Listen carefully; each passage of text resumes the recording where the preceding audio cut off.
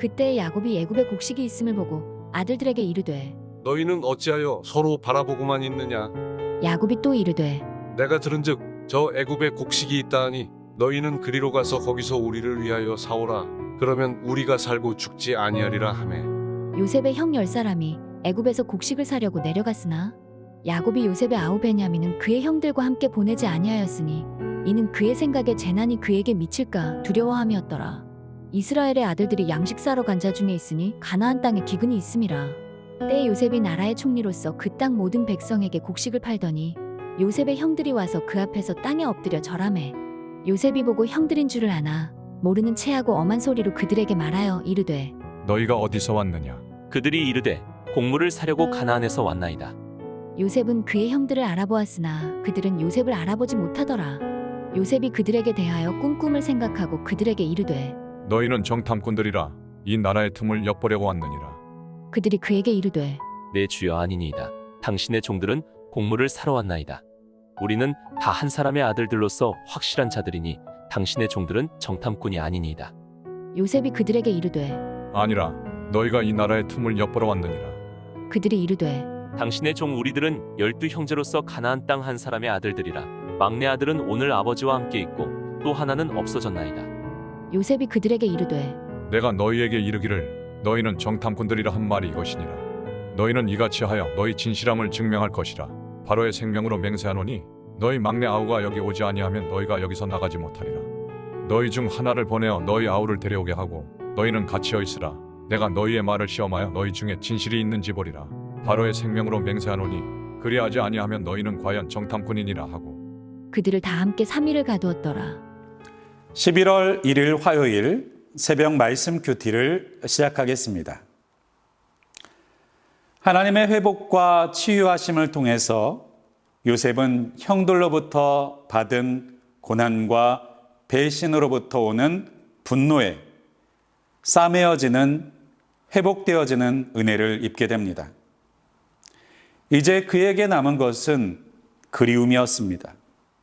그러나 자신을 팔았던 형들이 지금에 와서 자신을 어떻게 대할지 알지 못하였고 자신이 사라져버린 야곱의 가정이 어떠한 상태인지 알지 못했기 때문에 애국의 총리가 되었음에도 불구하고 요셉은 자신에 대한 소식을 고향집에 전하지 않고 있었던 것 같습니다.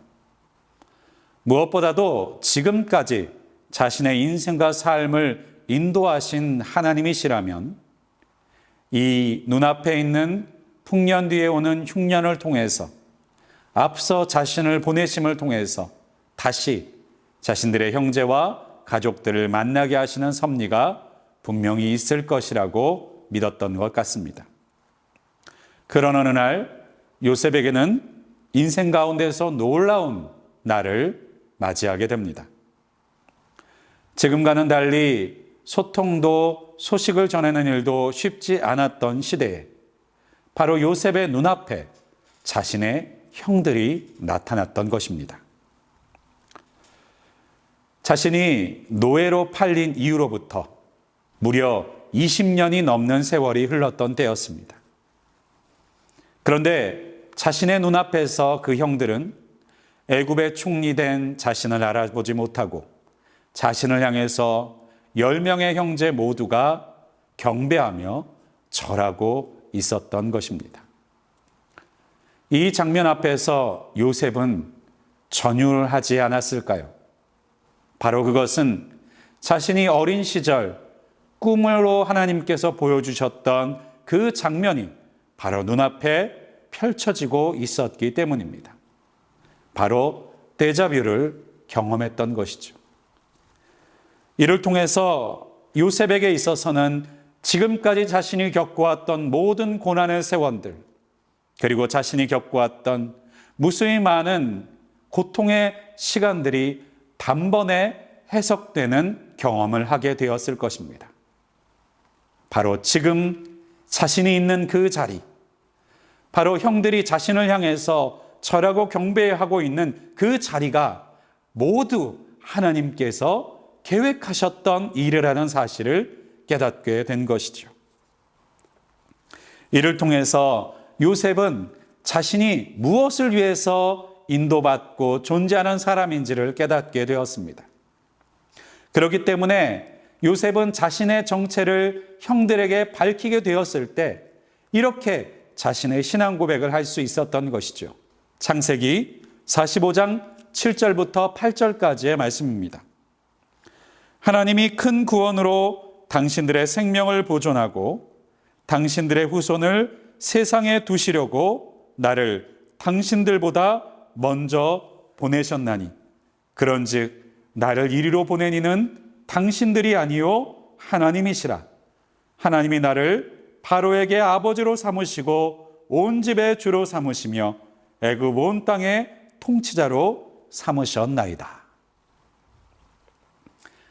하나님께서 보여주신 꿈은 20여 년이 지난 후에 모든 것이 선명하게 드러나게 되었습니다.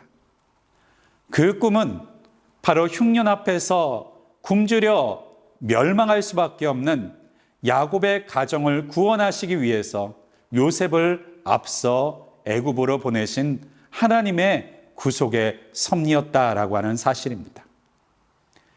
이처럼 하나님께서는 계획하시고 우리를 위해 선한 일들을 준비해 나아가고 계십니다.